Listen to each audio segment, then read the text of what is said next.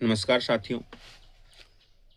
साथियों, आज मैं एक ऐसे मुद्दे को लेकर आपके सामने आया हूँ, एक ऐसे विषय को आपके सामने लेकर आया हूँ, जिसमें मुझे लगता है कि वाक़ई इसके बारे में विचार होना चाहिए। साथियों, कभी-कभी ऐसा लगता है कि आखिर ऐसा क्यों हुआ? दोस्तों, आप सभी जानते हैं कि इस समय दिल्ली जंतर-मंतर में एक प्रदर्शन हो रहा है, शिक्षा व्यवस्था के सुधार को लेके, उसके सुदृढ़ होने के लिए।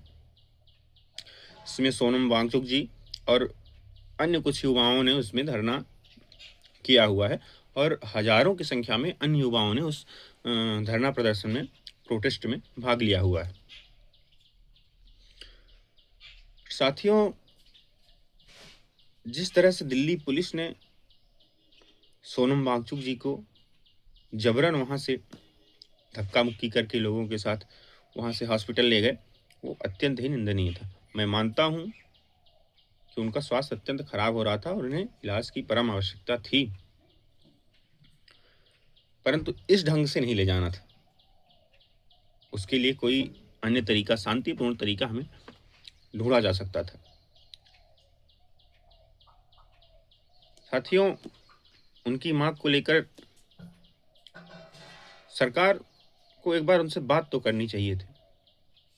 उनकी बात मानना ना मानना ये एक अलग बात है, पर कम से कम उनसे एक बार बात सरकार को करनी चाहिए थी। पर अफसोस कि ऐसा कुछ नहीं हुआ।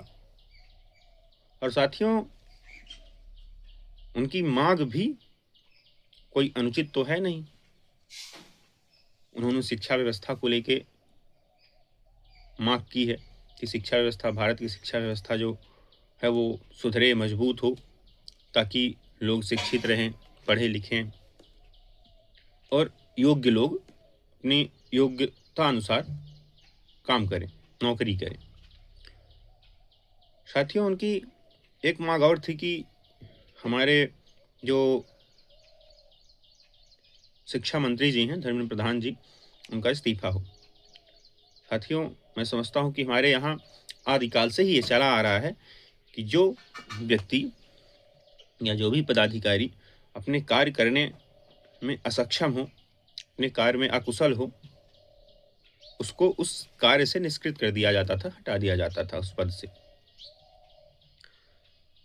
और मैं समझता हूँ कि यही एकमात्र रास्ता है व्यवस्था, शिक्षा व्यवस्था या देश की व्यवस्था बनाए रखने के लिए।